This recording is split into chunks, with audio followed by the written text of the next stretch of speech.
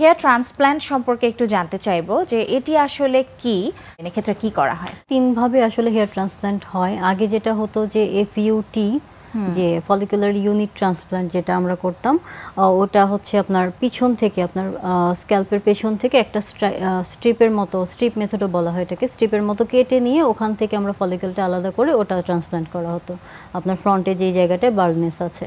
তো সেক্ষেত্রে এটা এখন খুব একটা প্র্যাকটিস হচ্ছে না, ওটা প্লাস্টিক সার্জনরা কিছু কিছু করছেন।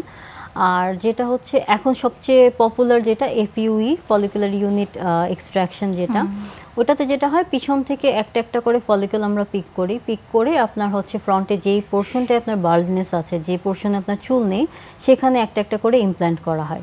আরেকটা যেটা হচ্ছে কন্ট্রোভার্সিয়াল ওয়ে আছে, সেটা হচ্ছে ডিএচআই, হ্যাঁ, ডিরেক্ট হেয়ার ইমপ্ল্যান্ট যেটাকে বলে। তো সেক্ষেত্রে এটা আসলে আলাদা করে কোনো একটা মেথড না, এটা ইউরোপিয়ান একটা ব্র্যান্ড, এটা অনেকেই জানেন না। তো এইটার ক্ষেত্রে যেটা করা হয়, এক ধরনের ইমপ্ল্যান্টার ইউজ করা হয়, যেটা আমরা এফইউ এর ক্ষেত্রেও ইউজ করি। তো ওটা যেটা হচ্ছে একটা পাঞ্চ ইউজ করা হয়, পাঞ্চ ইউজ করে আপনার হচ্ছে জাস্ট এফইউই মেথডেই ওই হেয়ার ট্রান্সপ্ল্যান্টটা হয়। আপু, আপনি কাদেরকে সাজেস্ট করেন যে কাদের জন্য এই হেয়ার ট্রান্সপ্ল্যান্টটা? ইউজুয়ালি মেল পেশেন্টদের বেশি হয়, কারণ ওনাদের দেখা যায় যে আপনার একটা হরমোন আছে, আপনি জানবেন, ডাইহাইড্রোটেস্টোস্টেরন, টেস্টোস্টেরন থেকে একটা এনজাইমের মাধ্যমে ডাইহাইড্রোটেস্টোস্টেরন হয়, ওটার ইফেক্টের কারণে যেটা হয় অনেকের ক্ষেত্রে আপনার বাল্ডনেসটা চলে আসে।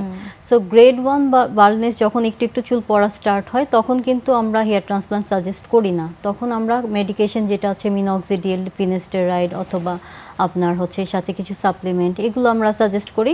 এতে যদি ইমপ্রুভ না করে, গ্রেড 2 বার্ডনেসের ক্ষেত্রে যেটা আমরা করি, আমরা হয়তো পিআরপিটা সাজেস্ট করে থাকি, PRP, low level laser therapy, এই দুটো অপশন হচ্ছে গ্রেড 2 এর জন্য।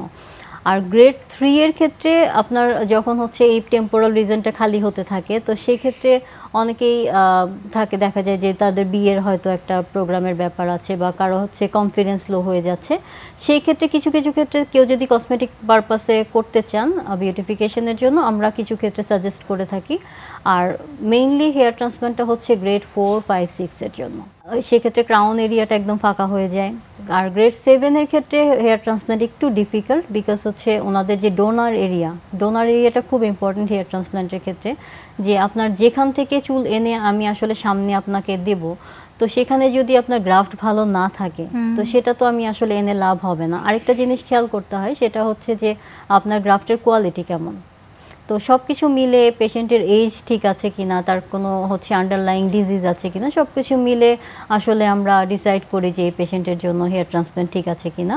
আরেকটা জিনিস আমি ইনফরমেশন দিতে চাই, এখন মহিলারাও কিন্তু হেয়ার ট্রান্সপ্ল্যান্ট করছে। অনেকের দেখবেন ফিমেল প্যাটার্ন হেয়ার লস আছে, তো সেক্ষেত্রে দেখা যায় স্মৃতিগুলো হচ্ছে ফাঁকা হয়ে যেতে থাকে। তো মহিলাদের ক্ষেত্রে আমি যেটা, ছেলেদের ক্ষেত্রে দেখা যায় যে আমরা শেভ করে তারপরে হচ্ছে হেয়ার ট্রান্সপ্ল্যান্টটা করি, মহিলাদের ক্ষেত্রে কিন্তু সেটা করা হয় না। ওটা আমরা জাস্ট যতটুকু পোর্শনের হেয়ার আমরা হচ্ছে মানে ফলিকল এক্সট্রাক্ট করবো, ততটুকু শেভ করে, যেটা হচ্ছে উপরের বড় চুল দিয়ে কভার হয়ে যায়, আর সামনেরটা আমরা এমনি করে দিই উইদাউট শেভিং।